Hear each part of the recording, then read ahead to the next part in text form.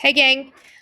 Today's notes are going to be on the early unions and the Great Strikes. And there are a couple unions that began to organize early on in American history that we need to kind of talk about and discuss. And there's four great strikes that you kind of need to know that were pretty important to American history. So we are going to go through those today.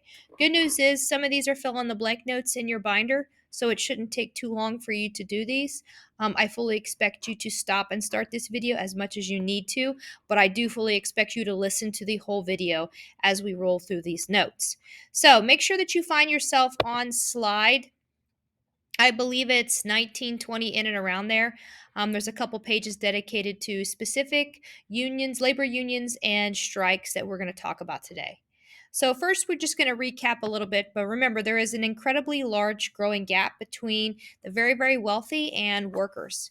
And the workers number in the millions. And remember, there are three places that they came from. They were failed farmers who moved in from rural areas to urban areas, or they were African Americans who came from the rural South to the urban North for industrial jobs and to flee Jim Crow.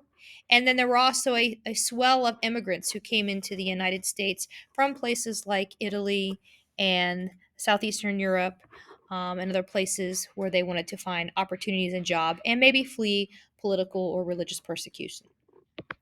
Workers realized early on that they were being mistreated by industrialists and factory workers, or factory owners, I should say. And they needed to band together to hopefully organize themselves and put pressure on factory bosses to improve their pay, improve hours, improve their working conditions.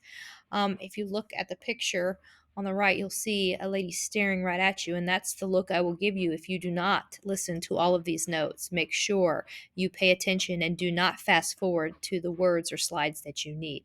So, workers are going to band together and work together to improve working and living conditions throughout the United States. One of the first labor unions that we see um, are going to start appearing in the 1866 era. Remember, the Civil War is going to be over in 1865, so this is really, really soon after the end of the Civil War, and people begin to move to a more industrialized society.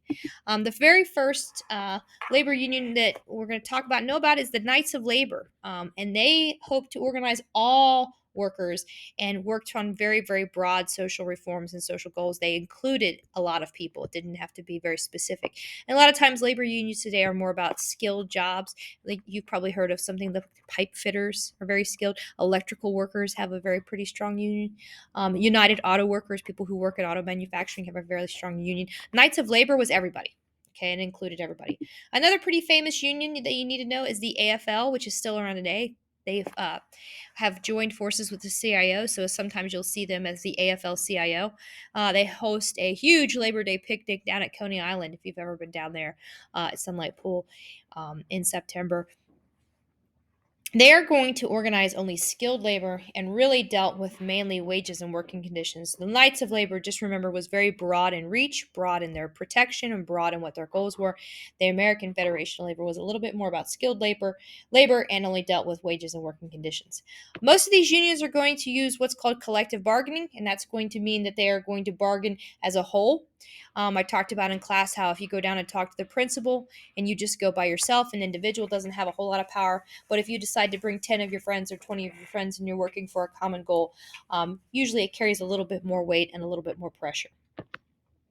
Unions use collective bargaining. They're going to use closed shops. Closed shops are like only factories that hire non-union workers.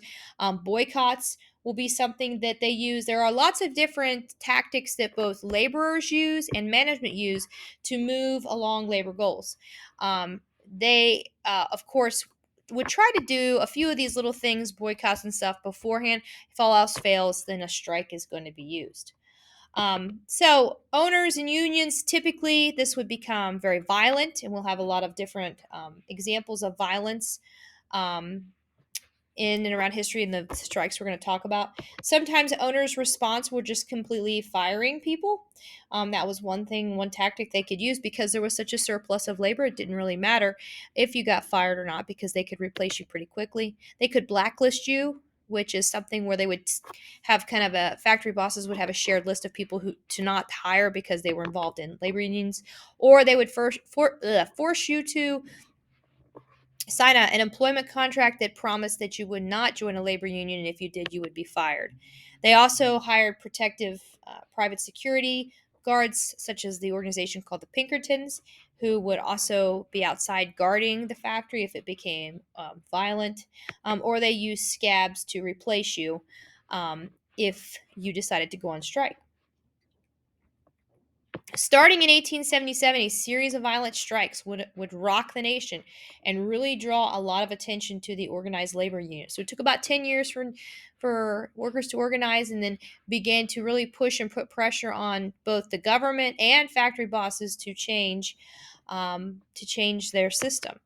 Between 1877 and 1900, there were 24,000 different strikes, and many of them would erupt into violence, and many people would die.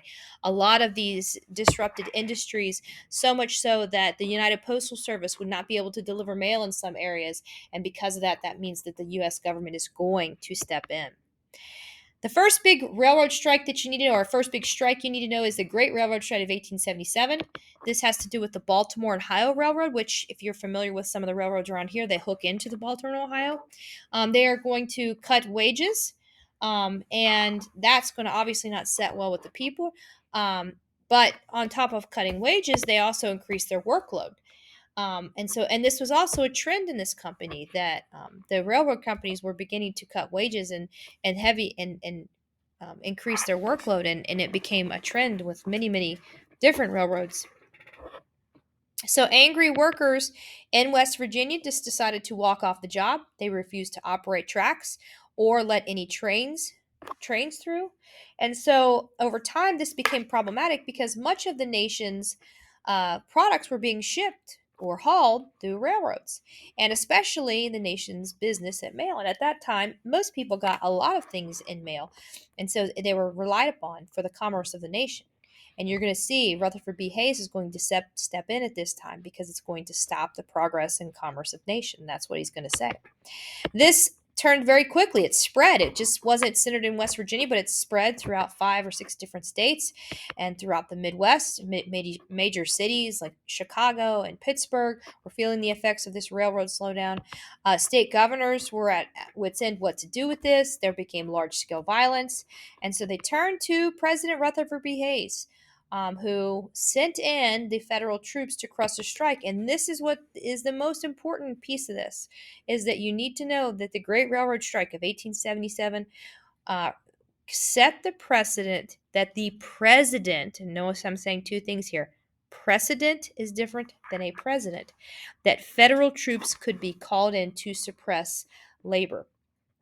That's a real important trend because that trend will continue all the way from 1877 to Rutherford B. Hayes, all the way up until 1903 to Teddy Roosevelt, where for 40 years almost, no matter what the strike was, that the government, the federal government, always sided on the factory boss's side, never on the laborer's side. And that's an important thing to remember during this industrial age, that workers really, even though they have large labor unions, they really didn't have a voice within their own government. And some of you in class remember that political cartoon I shared with the larger gentleman in the background really kind of influencing the legislatures in the front. So here's a picture of the railroad strike. As you can see, it was incredibly violent.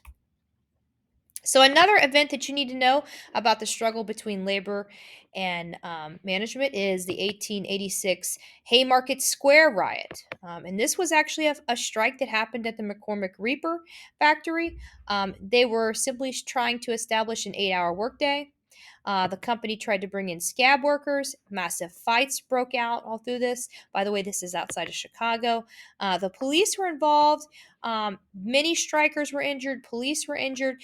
But that really wasn't the big event. It didn't until the next day there was a rally in support of labor that things became incredibly deadly. Union labor was also kind of posed against police presence, and all of these what they call anarchists gathered around, and there were people people. Kind of it became a very chaotic scene.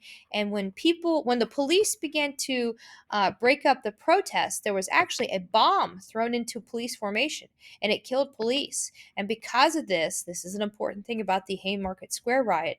This is the important thing you got to know, is that it kind of married together this violent behavior with labor unions. And labor unions get this kind of bad rap that they're really just out to injure police and hurt people. They're not really out to protect workers.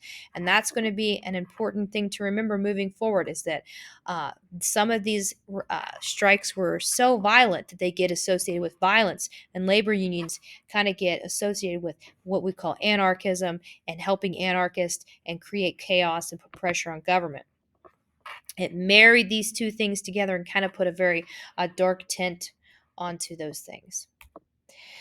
So, one of the next events in the struggle between labor and management is the Homestead Strike of 1892. And this is going to bring to the forefront a famous industrialist named Andrew Carnegie. Andrew Carnegie had an enormous steel complex outside Pittsburgh, Pennsylvania, and it was the Homestead Steel Plant, and the workers went on strike. And most Americans actually initially supported this strike because steel manufacturing is incredibly hot. It is very dangerous. People die there. But what happened again was this idea of anarchy. And Andrew Carnegie did not want to seem not on the side of workers, but also didn't want his plant to suffer. So conveniently for Andrew Carnegie, he left the country and went on a trip to his homeland, Scotland, and left his second in charge, Henry Clay Frick. And Henry Clay Frick, I know, an unfortunate name, right? Um, was kind of a violent, angry man, and he was not about to let these strikers win. And once again, federal troops were brought in. There was an assassination attempt on Henry Clay Frick's life. They threw a bomb into his office. And again, this is even though Americans mostly supported the strike and the steelworkers, when it becomes violent, people then begin to shy back and be like, maybe I don't support this. Um, Federal troops were brought in. There were 35 deaths. It eventually shifted away from an 8-hour workday to a 12-hour workday, so it had the adverse effect. And because of this activity, there was kind of a lack of enthusiasm for labor activism in the steel industry for many, many, many years. Okay. So, again, a little recap. We've got the Great Railroad Strike of 1877, and we've got the Haymarket Square Incident of 1886, and now you've got the Homestead Strike of 1892. So, these are all pretty big, noteworthy strikes to make sure that you follow along and understand what's happening. The last strike we're going to talk about is 1894, which is the Pullman Strike. Now, a Pullman car is a picture in the bottom right-hand corner. These Pullman cars were incredibly fancy. I always think of them as, if you've ever flown before, you've got your regular cabin seating and you've got first class. A Pullman car is first class. Those Pullman workers and factory owners went on strike. This paralyzed the nation's railroad industry, and it involved 27 states. This is incredibly widespread. Once again, the U.S. president is going to come in to side with the federal troops to stop the strike. But the big thing that you need to know about the Pullman strike was the first ever piece of legislation that was geared toward getting rid of trust and monopolies was called the Sherman Antitrust Act, which was passed in 1890. And the important thing about the Sherman Antitrust Act of 1890 is it was supposed to get rid of monopolies to give the American public, consumers, competition, which we know competition is good and drives down the price of goods. But what they did was the factory bosses used this legislation backwards.